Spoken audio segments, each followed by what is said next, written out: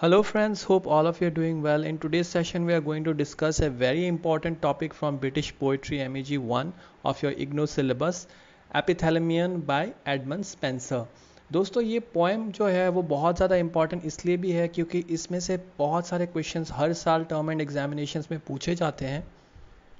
So basically Edmund Spencer's Epithalamion is an ode written to his bride Elizabeth Boyle। दोस्तों ये जो Epithalamion है वो बेसिकली एक ओड है जो एडमंड स्पेंसर ने अपने ब्राइड के लिए लिखा है एलिजाबेथ बॉयल। ओड का मतलब होता है दोस्तों एक lyrical poetry on their wedding day in 1594। It was published in 1595 in London by William Ponsonby as a part of a volume entitle Amoretti and Epithalamion. अभी आपको याद होगा अगर आपने मेरे वीडियोस फ्रीक्वेंटली देखे हैं तो मैंने एमोरेथी से भी एक क्वेश्चन डिस्कस कर रखा है और इस प्लेलिस्ट में वो वीडियो भी है।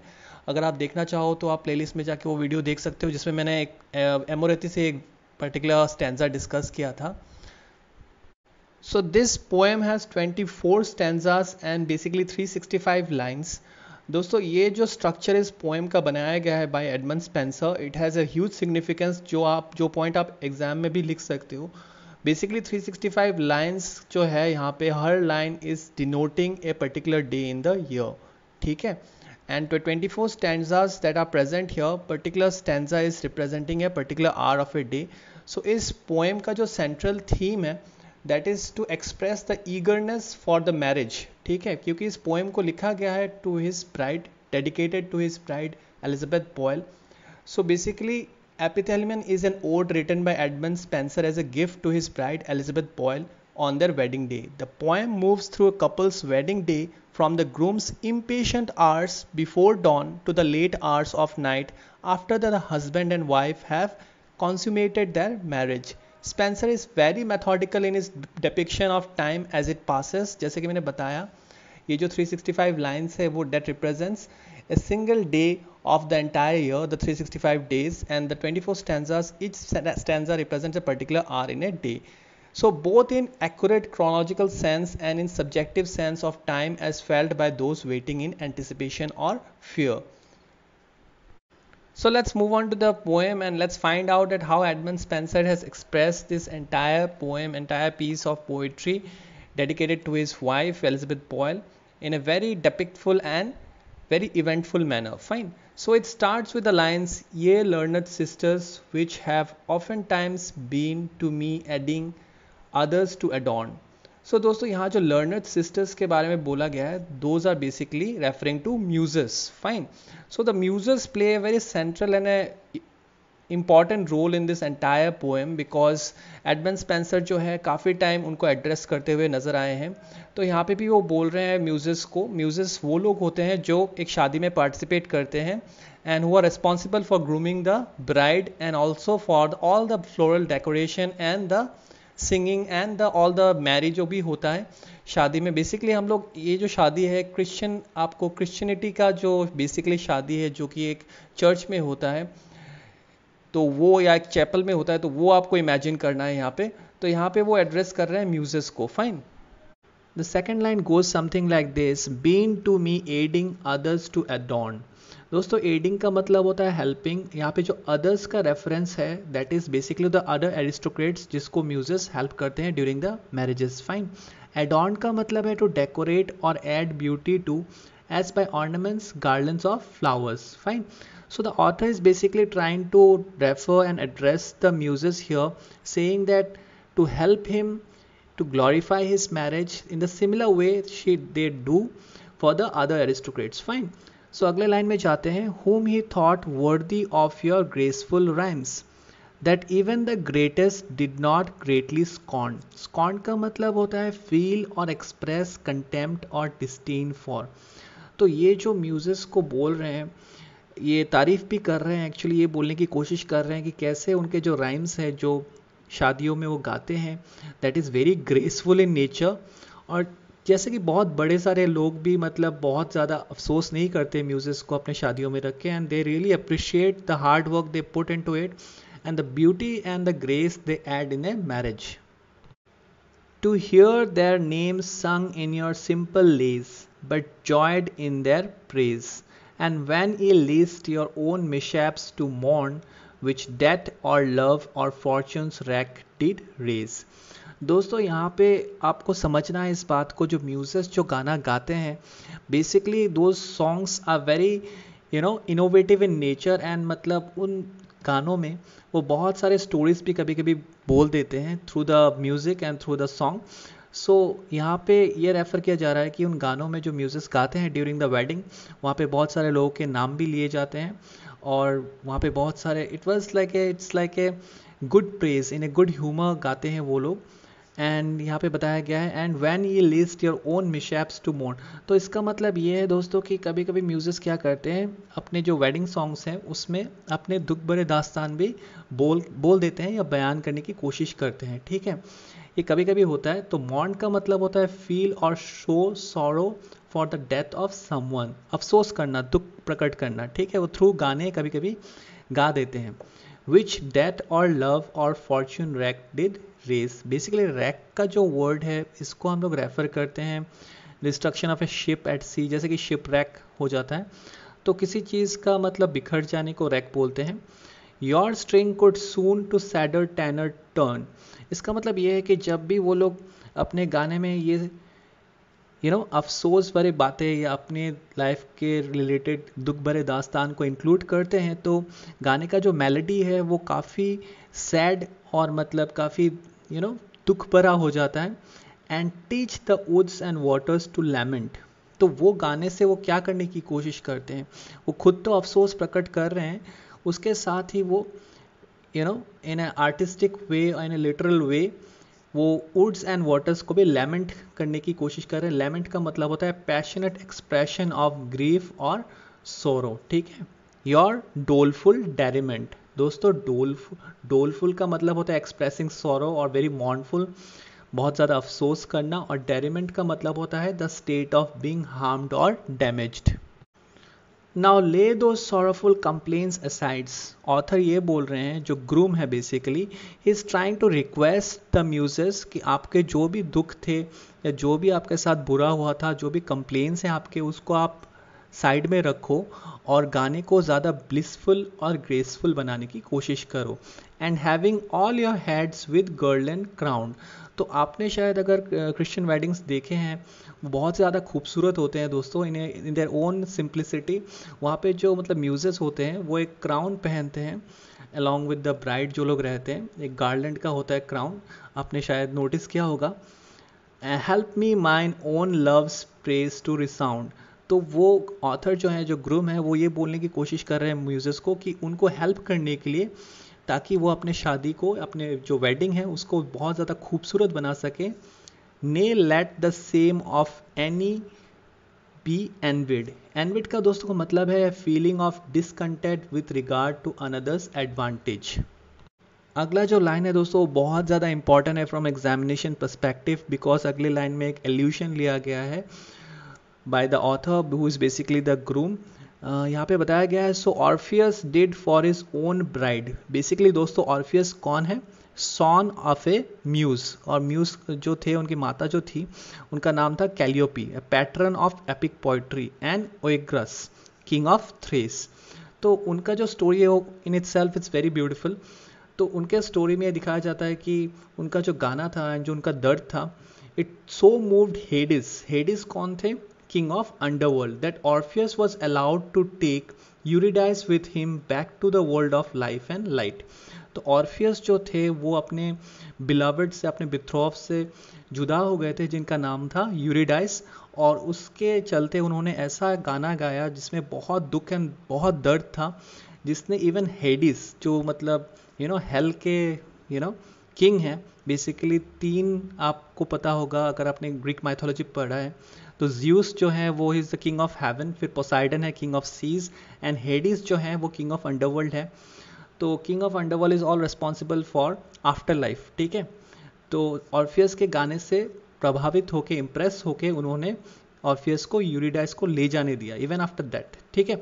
तो यहाँ पे ऑथर जो है, ग्रूम जो है, वो बेसिकली बोल रहे हैं कि उनका जो प्यार है, वो उनका जो गाना है, should be compared with Orpheus, it should be like Orpheus, ठीक है। So unto myself along will sing. मैं वो गाना गाता रहूँगा और उस गाने को कोशिश करूँगा कि ऑर्फियस की तरह होगा ना, the woods shall to me answer and my echo ring. So this line is also very important because इस लाइन को हर स्टैंजा के एंड में दोहराया गया है। Moving on to the next stanza, the second stanza, which starts with the lines early before the world's light giving lamp. So basically this line is referring to sun. Fine. So यहाँ पे lamp का मतलब हो जाता है sun. His golden beam upon the hills doth spread. तो early morning को represent किया गया है, जैसे कि मैंने बिगिनिंग में भी आपको बताया था. This poem entirely reflects the the desperation of the groom to get married, to get wed and to finally consummate the marriage with his betrothed or with his bride. तो यहाँ पे बताया गया अर्ली मॉर्निंग का time है जब सन निकल आया है, सूरज निकल आया है. Having disperse the night's uncheerful time, तो रात का वक्त जो है वो ख़त्म हो चुका है. ठीक है. डॉय यू अवेक, इसका मतलब है वेक द ब्राइड. ठीक है. तो वो यहाँ पे भी म्यूजिक को एड्रेस करते हुए नज़र आ रहे हैं. And with the fresh lusty head go to the bower of my beloved love. Bower का मतलब होता है दोस्तों चैम्बर. ठीक है. तो वो म्यूजिक को बोल रहे हैं कि आप जाओ मेरे बिथ्रोफ या मेरे ब्राइड के चैम्बर में जाओ और उनको उठाओ क्योंकि सुबह हो चुका है and it's the day of our wedding. My truest turtle dove. So basically this line is referring to his bride who is his betrothed and who is his partner. Bid her awake for Hymen is awake. Again this line is very important from examination perspective because this is also a part where the author is provoking or invoking actually a very important and mythological god. Basically Hymen is a god of marriage. ठीक है. And long since ready forth his marks to move with his bright teed that flames with many a flake and many a bachelor to wait on him. तो यहाँ पे ये situation को explain किया जा रहा है कि कैसे मतलब वेडिंग के दिन में क्या सिनेरियो बना हुआ है. तो बेसिकली द ऑथर म्यूजिक को बोल रहे हैं कि आप जाओ चैम्बर में और मेरे बिथ्रॉफ को या मेरे बिलवड लव को उठाओ, मेरे ब्राइड को उठाओ. और ये भी बोल रहे हैं कि Hymen is awake, god of marriage अभी तैयार है, ग्रूम रेडी है, बस ब्राइड को आने की देरी है. ठीक है. और ये भी बोल रहे हैं कि यहाँ पे शादी में बहुत सारे बैचलर्स लोग भी हैं जो अपने नए फ्रेश गारमेंट्स पहन के पूरा तैयार हैं शादी को अटेंड करने के लिए. Bid her awake therefore and soon her diet. तो ये बोल रहे हैं कि आप उसको जल्दी उठाओ मेरे ब्राइड को और help her to dress for the occasion. For lo the wished day is come at last. तो ये बोल रहे हैं कि ये सब लाइंस बोलने के बाद ये बोल रहे हैं, ये कमिट कर रहे हैं कि मतलब जो फाइनल डी डे है, जो शादी का दिन है वो फाइनली आ चुका है, सुबह हो चुका है और इसी दिन हम लोग का शादी होने वाला है. तो इससे आप अंदाज़ा लगा सकते हो कि ऑथर जो है वो कितना ज़्यादा डेस्परेट हैं टू गेट मैरिड. एंड इससे ये भी आइडिया लगाया जा सकता है कि he is so much in love with Elizabeth Boyle his bride that shall for all the pains and sorrows past. So इस लाइन का बेसिकली मतलब ये है कि मतलब जितना भी दुख और दर्द एज अ कपल उन्होंने फेस किया था that is all in past and this day their wedding day will bring lot of happiness for them. Pay to her usury of long delayed. Usury का मतलब है difficulties the couple had during the courtship period, okay, which the author wants to compensate in her wedding, in their wedding basically. Fine. Courtship period का मतलब होता है वो वक्त जो एक लड़का और एक लड़की स्पेंड करते हैं शादी से पहले एक दूसरे को जानने के लिए. ठीक है. And whilst she doth her dight, जब वो तैयार हो रही थी, when she was dressing, do ye to her of joy and solace sing. तो वो म्यूजिक को बोल रहे हैं कि जब वो तैयार हो रही होगी तब आप गाना गाओ, sing to her and give her comfort. ठीक है. तो एक एटमॉस्फेयर, एक सिचुएशन, एक एनवायरनमेंट बनाओ जिससे she feels very good and like very approachable and very graceful before her marriage. इस स्टैंजा का भी एंड आप देखोगे उसी लाइन से हो रहा है जिससे फर्स्ट स्टैंजा का एंड हुआ था, that all the woods may answer and your echo ring. So the third paragraph starts with a beautiful line by the author saying that bring with you all the nymphs that you can hear. So basically nymphs का मतलब होता है दोस्तों mythological spirit of nature imagined as beautiful maiden inhabiting rivers woods and other locations. तो यहाँ पे जो author है, जो ग्रूम है, he is trying to address the muses by saying that आप अपने साथ दूसरे निम्स को भी लेके आओ, both of rivers and forest green. So ये निम्स जो होते हैं वो माइथोलॉजिकल स्पिरिट ऑफ नेचर हैं, जिसको एक बहुत ही खूबसूरत मेडन की तरह इमेजिन किया जाता है और जो मिलते हैं rivers woods and other locations में, ठीक है। And of the sea that neighbours to her near. तो यहाँ पे ये भी बोल रहे हैं कि जो रिवर्स एंड फॉरेस्ट है उसके आसपास जो नदी है उसके सामने भी अगर कोई है तो उसको भी आप लेके आओ, all with gay garland goodly well beseen. Goodly का मतलब होता है कंसिडरेबल इन साइज और क्वांटिटी, एंड बिसीन का मतलब होता है हैविंग और मेकिंग ए गुड अपीयरेंस। तो ये बोलने की कोशिश कर रहे हैं आप अपने साथ निम्स को लेके आओ और अपने साथ बहुत ज़्यादा फ्लावर्स को लेके आओ, ठीक है। क्योंकि एक वेडिंग में जो क्रिश्चियन वेडिंग्स होते हैं बेसिकली वहाँ पे फ्लावर्स का एक बहुत सिग्निफिकेंट रोल होता है गार्लैंड्स बनाने के लिए, and also the actually they don't interchange garlands but decoration जो है उसको करने के लिए गार्लैंड्स का बहुत ज़रूरत होता है। And let them also with them bring in hand another gay garland. So another gay garland का मतलब होता है ब्यूटीफुल हैप्पी फ्लावर गार्लैंड्स, ऐसे फूल जो रिप्रेजेंट करे खुशियाँ, ठीक है, हैप्पीनेस रिप्रेजेंट करे। For my fair love of lilies and roses. तो उसके साथ ऑथर ने ये भी मेंशन कर दिया है कि कैसे फ्लावर्स को प्रायोरिटी देना है म्यूजिस को, लिलीज और रोजेस को। Bound true love wise with a blue silk riband. दोस्तों वाइस का जो ये वर्ड है इसको आप कंफ्यूज मत होना, it's basically old spelling of wise, ठीक है। समझदार का जो वाइज का मतलब होता है समझदार होना, ठीक है। And let them make great store of bridal posies and let them eke bring store of other flowers to deck the bridal bowers. So basically here what the author is trying to do is like he is trying to instruct the muses to bring lots and lots of flowers and garlands with them which represents happiness and grace, and also bring with them the nymphs which are basically a mythological spirit of nature imagined as a beautiful maiden inhabiting rivers, woods. Fine. And why all the pain he wants the muses to take in order to deck the bridal bowers. दोस्तों bridal बावर जो होता है वो basically the private dressing room of the bride होता है। जो लड़की होती है जिसकी शादी होने वाली होती है उसका जो प्राइवेट चैम्बर होता है जिसमें वो तैयार हो रही होती है उसी को ब्राइडल बावर्स बोलते हैं। And let the ground whereas her foot shall tread. Tread का मतलब होता है दोस्तों वॉकिंग। वो जहाँ भी अपना पैर रखे, मतलब बोलने की कोशिश करें जहाँ भी अपना पैर रखे, फॉर फियर द स्टोन्स और टेंडर फुट शुड रॉन्ग। वो जहाँ भी अपना पैर रखे वहाँ पे पत्थर ना मिल जाए उसको कोई चोट ना लग जाए। Be strewed with fragment flowers all along, ताकि वो जहाँ चैम्बर से निकलने के बाद, अपने ड्रेसिंग चैम्बर से निकलने के बाद जहाँ भी पैर रखे वहाँ पे सिर्फ फूल होने चाहिए, फ्लावर्स होने चाहिए, ठीक है। And diapered like the discoloured Mead.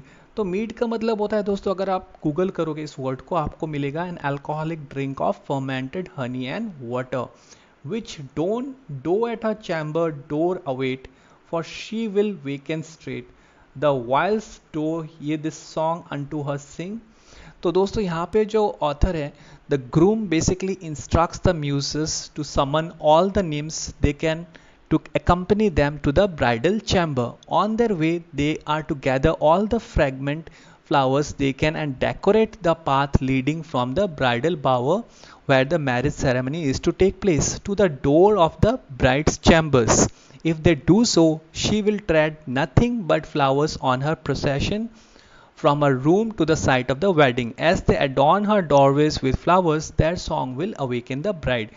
So यहाँ पे जो पूरा पैराग्राफ है बेसिकली जो म्यूजेस हैं उनको ऑथर ये बोलना चाहते हैं, ग्रूम ये बोलना चाहते हैं कि अपने साथ आप निम्स ले आओ और आते टाइम जितना भी फ्लावर्स है वो लेके आओ। क्यों लेके आओ? क्योंकि आपको सजाना है उस रास्ते को जहाँ से ब्राइडल चैम्बर से वेडिंग जहाँ पे होने वाला है, जिस साइट में होने वाला है वहाँ तक आपको फ्लावर्स का एक रास्ता बनाना है जिसमें जब भी ब्राइड पैर रखे उसके पैर किसी पत्थर या से चोट ना लग जाए उसको। तो he wants to give a very special treatment to his bride. That's the entire significance of the entire paragraph. So the fourth stanza starts with the lines, Ye nymphs of Mulla, which with careful heed the silver scaly trouts do tend full well, and greedy pikes which use therein to feed, those trouts and pikes all others do excel, and ye likewise which keep the rushy lake, where none do fishes take, bind up the locks the which hang scattered light, and in his waters which you mirror make, behold your faces as the crystal bright, that when you come, whereas my love doth lie, no blemish she may spy.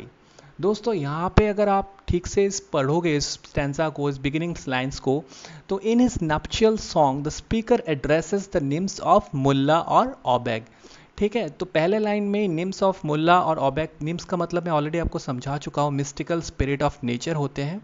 तो यहाँ पे भी थोड़ा बहुत mythology को refer करते हुए NIMS of Mulla और ओबेग को रेफर किया गया है, कंसिडर किया गया है. The river that flows across the speaker's estate. He also addresses the nymphs of Kilcolman lake who look after silver trout and pikes there. ठीक है, तो जो निम्स हैं they are responsible for what is going on in the lake और the rivers. He invites them to the bride's chamber. तो वो क्या करता है, उन सारे निम्स को जो ग्रूम है वो इन्वाइट करता है to the bride's chamber. But before they attend to the bride he wishes that they should clean their own hair and bind them properly. वो ये भी ऐड करता है, अगर आप इस लाइन को अच्छे से पढ़ोगे, यहाँ पे जो लिखा हुआ है कि bind up the locks the which hang scattered light, तो उसका मतलब यही है कि वो ये चाहता है कि जो निम्स हैं जो थोड़े बहुत अनऑर्गेनाइज्ड हैं वो ठीक से ड्रेसअप होके आए, ठीक से अपने बाल को बांध के आए, ताकि उसकी ब्राइड को जो है उठ के जब वो सुबह उठेगी on a wedding day she will be very happy. ठीक है, तो they should also wash their faces clean with water before they approach his bride so that his beloved may not see any blemish on their faces. blemish का मतलब होता है दोस्तों कोई भी दाग धब्बा. ठीक है, so any room of error should not be there. so यहाँ पे इस लाइन को अगर आप पढ़ोगे, no blemish she may spy, कोई भी ऐसा चीज़ उसको देखना नहीं है उसके ब्राइड को, एलिजाबेथ बॉयल को, जिससे उसको अफसोस हो अपने वेडिंग डे में. फाइन.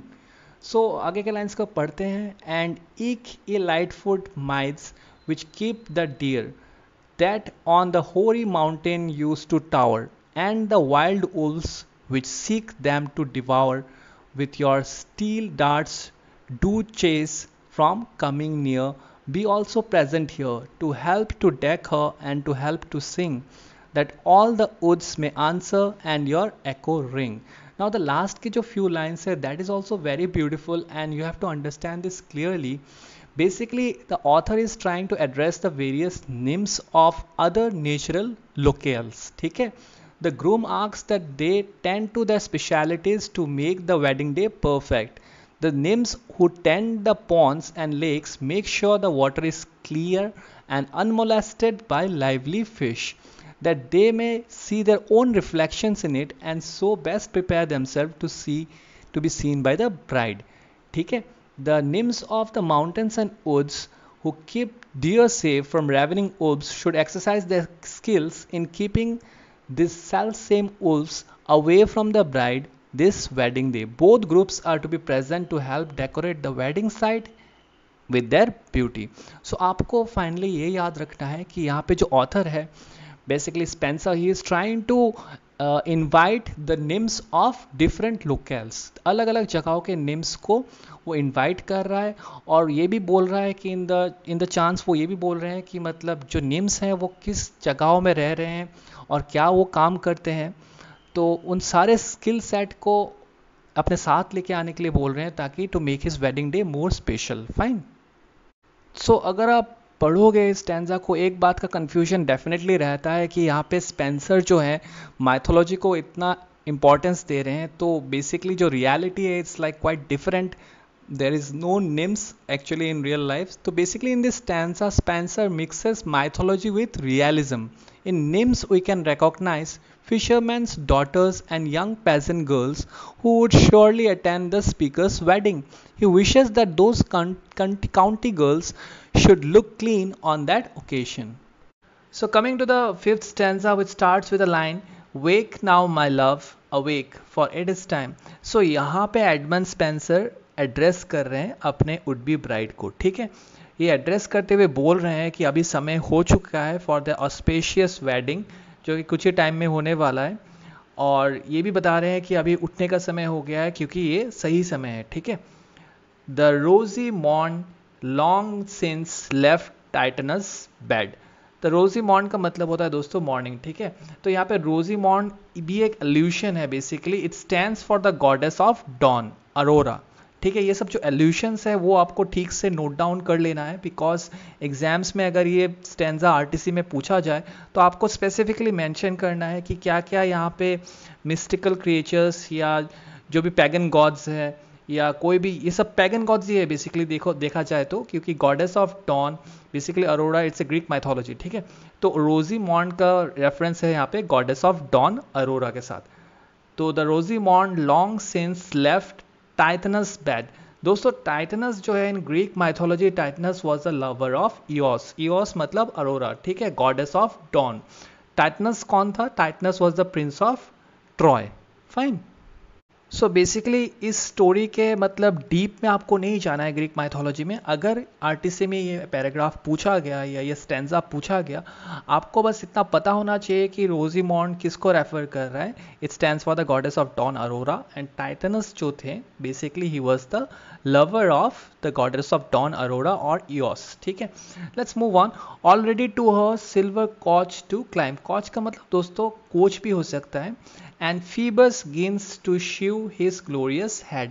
अब यहाँ पे तीसरा जो मिस्टिकल या ग्रीक माइथोलॉजी से फिर से एक एल्यूशन लिया गया है वो है फीबस। तो फीबस का मतलब होता है दोस्तों सन गॉड, ठीक है, सूर्य देवता, फाइन। यहाँ पे ग्रीक माइथोलॉजी में उनको फीबस के नाम से जानते हैं। Hark how the cheerful birds do chant their lays and carol of love's praise. The merry lark here matins sings aloft. The thrush replies, the mavis descent plays, the owl shrills, the ruddock warbles soft. So यहाँ पे ये कुछ lines पढ़ के आप बहुत ज़्यादा confuse हो गए होगे कि मतलब क्या रेफर किया जा रहा है। तो यहाँ पे what the author is trying to do is like he is trying to bring out different birds, the sing birds, जो बर्ड्स गाना गाते हैं, जो चिड़िया गाना गाते हैं, उनको यहाँ पे रेफर किया गया है। एक एक करके मैं आपको समझाता हूँ यहाँ पे। तो hark how cheerful birds to chant. Chant का मतलब है बेसिकली दोस्तों एक फ्रेज और a slogan, basically to sing to a chant. तो यहाँ पे बर्ड्स को रेफर किया गया है। And carol of love praise, fine. Carol का तो मतलब आपको पता ही है। तो यहाँ पे प्यार को दर्शाया जा रहा है through the songs of the birds. The merry lark, ये लार्क जो है that is basically a skylark, that is basically a sing bird. Her matin sings aloft. The thrush replies, thrush का मतलब होता है, ये भी एक चिड़िया का नाम है। तो आपको इतना डिटेल्स में नहीं जाना है, like you know biological names और साइंटिफिक नेम्स में नहीं जाना है, बस you need to know that what basically the word refers here, because इतने डीप में आप अगर जाओगे तो it will take a lot of time to approach the answer in a systematic way, और आप डेविएट भी हो सकते हो मेन प्लॉट से, ठीक है। तो बस आपको ये याद रखना है कि this are the birds. The mavis descant plays, the ousel shrills. The ousel का मतलब होता है दोस्तों ओल, द श्रिल्ड वॉइस ओल। तो यहाँ पे बेसिकली ओल को भी रखा गया है यहाँ पे by the author Edmund Spenser. The ruddock warbles soft. अभी जो रडक है वो ही is the red robin, the bird who is known as the red robin. So goodly all agree with sweet consent. ये सब जो बर्ड्स है वो सब एग्री कर रहे हैं, वो गाना गा रहे हैं। अब यहाँ पे जो बर्ड्स का reference all of a sudden आ गया है। पिछले पैराग्राफ में हम लोग को पता चल रहा था कि the author, the poet Edmund Spenser is referring to the muses to wake up the bride, but यहाँ पे एक डेविएशन हम लोग को देखने को मिल रहा है, वो मैं एंड में आपको समझाऊंगा इस पैराग्राफ के। टू दिस डेज मैरीमेंट, तो इस दिन को सेलिब्रेट करने के लिए ये सब चिड़िया जो है गाना गा रही हैं। Ah my dear love why do you sleep thus long. वो फिर से अपने वाइफ को या वुड बी वाइफ को, ब्राइड को एड्रेस करते हुए बोल रहे हैं कि आप इतने देर तक क्यों सो रहे हो, इतना ऑस्पिशियस दिन जो है हम लोग का, ठीक है। When meeter were that ye should now awake toward the coming of your joyous make, and hearken to the birds' love-learned song the Devi lives among. For they of joy and pleasance to you sing, that all the woods them answer, and their echo ring. So in the last few lines, basically the author and the poet of this poem Edmund Spenser is trying to convey the message that how the bird songs are trying to sing for their wedding to make it more auspicious and graceful, and he's also trying to make his bride acknowledge the fact that since the day is very special for both of them, she should awake without wasting any further time. Fine. So ये है जो last के few lines है उसका मतलब. ठीक है, अगर आप इस स्टैंजा 5 को समराइज करना चाहो तो basically the groom here addresses his bride directly even she is not present to urge her to awake. Sunrise is long since gone and Phoebus, the sun god, is showing his glorious head. The birds are already singing and the groom insists their song is a call to joy directed at the bride. दोस्तों ये बात आपको नहीं भूलना है कि कोई भी पोएम का अगर आप तैयारी कर रहे हो, स्पेशली आप एपिथेलमियन जैसे पोएम्स का अगर तैयारी कर रहे हो, क्योंकि ये पोएम बहुत ज़्यादा लेंदी है, even if it is very long, I strongly recommend not to just directly read the summary of the entire poem and go in the exam to sit for the exam. Because इसमें क्या होगा, अगर आपको poem से कोई भी stanza या कोई भी पर्टिकुलर 5 लाइन उठा के आपको दे दिया गया तो आप उसको डिकोड नहीं कर पाओगे, आप समझ नहीं पाओगे कि कौन से पोएम से इसको डाला गया है या कौन सा पर्टिकुलर रेफरेंस में ये दिया गया है. तो basically the best way to approach the British poetry is to read the entire poem even though it is very long. I also understand that it becomes very difficult and tedious because the syllabus of British poetry is very vast. But again, you have to understand the fact that in order to pass this paper, in order to get some decent marks, you have to read the poems. Fine. So if you try to do a critical analysis of stanza 5, what happens here is the mythical figures of Rosie Dawn. जैसा मैंने बता चुका हूँ कि Rosie Dawn यहाँ पे क्या है? It stands for the goddess of dawn, Aurora. टाइटनस है यहाँ पे, ग्रीक माइथोलॉजी में टाइटनस कौन थे? He was the lover of Aurora और Eos. And Phoebus are here invoke to continue the classical motive of the ode. देखिए आपको हर paragraph में ये ध्यान रखना है, ये स्टैंजा में ध्यान रखना है कि किस चीज़ को इन्वोक किया गया है, कौन से एल्यूशंस को लिया गया है, in order to understand the poem and have to have a proper clarity.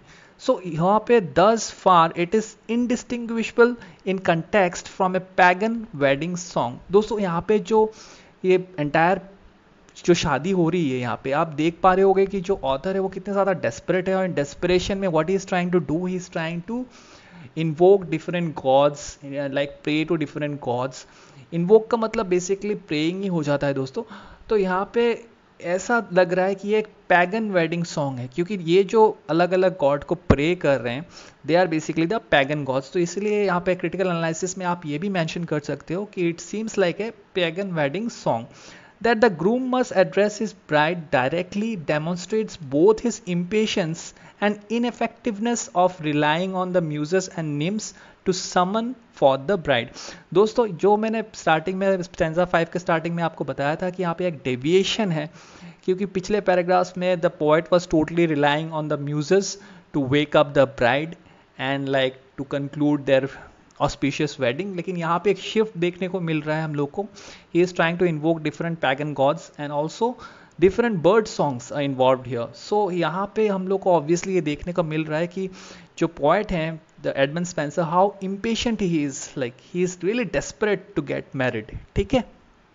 So coming to the 6th stanza, which starts something like this: My love is now awake out of her dream. So finally जो इतना desperation हम लोग को last 5 stanzas में देखने को मिल रहा था, because the bride was asleep and she was not waking up, she was being late as being assumed by the poet Edmund Spenser, is finally awake. यहाँ पे finally जो bride है poet का Edmund Spenser का, वो उठ जाती है. तो फर्स्ट लाइन में उस चीज़ को एड्रेस किया जा रहा है. ठीक है. And her fair eyes like stars that dimmed were. तो यहाँ पे उनका खूबसूरती का वर्णन किया जा रहा है दोस्तों कि उनकी जो आंखें हैं they were like shining like stars with dark some cloud now shew their goodly beams more bright than Hesperus his head doth rear. दोस्तों यहाँ पे इस पूरे पैराग्राफ में one of the most important allusion या जिसको इन्वोक किया है ऑथर ने, that is Hesperus. Again Hesperus जो है बेसिकली ग्रीक में उनको हेस्पोरस बोलते हैं दोस्तों, उनको वेस्पर भी बोलते हैं, और ग्रीको रोमन माइथोलॉजी में जो है उनको बेसिकली एक इवनिंग स्टार का दर्जा दिया जाता है, बेसिकली एक गॉड. ठीक है. ग्रीक माइथोलॉजी में एक पैगन गॉड की तरह ट्रीट किया जाता है हेस्पेरस को या हेस्पेरोस को, ठीक है। तो ऐसा भी माना जाता है कि हेस्पेरस जो है वो basically he is the son of Eos the dawn. जो पिछले स्टैंजा में मैंने आपको बताया था रोजी मॉर्निंग के बारे में, रोजी मॉर्न के बारे में, which stands for the goddess of dawn, Aurora और ईओस। तो यहाँ पे आप हेस्पेरस के बारे में पढ़ रहे हो। तो हेस्पेरस जो है वो बेसिकली इनिशियली ऐसा माना जाता था कि वो ही is the son of Eos but and Titan Astraeus, ठीक है। तो दोनों ही भगवान हैं, लेकिन बाद में जो है he was later said to be the son और ब्रदर ऑफ एटलास। तो बेसिकली आपको बस इतना याद रखना है कि हेस्पेरस जो है he is basically in Greek mythology is considered to be the evening star and he is also initially considered to be the son of Eos the goddess of dawn and Titan Astraeus, ठीक है। इतना बस याद रखो, आप exam में लिखो, काफी है। Come now ye damsels daughters of delight help quickly her to dight. तो यहाँ पे इमीडिएटली पोएट एक फिर से एक शिफ्ट लेते हैं और डैमजल्स को बुलाते हैं डॉटर्स ऑफ डिलाइट के, और उनसे रिक्वेस्ट करते हैं कि जल्दी से जल्दी अब उसके ब्राइड जो हैं, उनके जो ब्राइड हैं उनको ड्रेसअप, डाइट का मतलब होता है दोस्तों क्लोथेड और इक्विप्ड। तो बेसिकली शादी के ओकेशन के लिए ड्रेस पहनने के लिए हेल्प करने के लिए उनको इन्वोक किया जा रहा है यहाँ through the poet, fine, by the Edmund Spenser. But first come E fair horse which where wicket. दोस्तों बिगट तो आपको पता ही होगा, बिगट का मतलब बेसिकली टू प्रोक्रिएट होता है।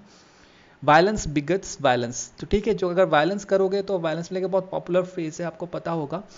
तो उसी का रेफरेंस यहाँ पे डाला गया है। बेसिकली वायलेंस का मतलब वायलेंस नहीं डाला गया है, लेकिन यहाँ पे बिगट का मतलब मैं आपको समझा रहा हूँ, जिसका मतलब है प्रोक्रिएट, ठीक है।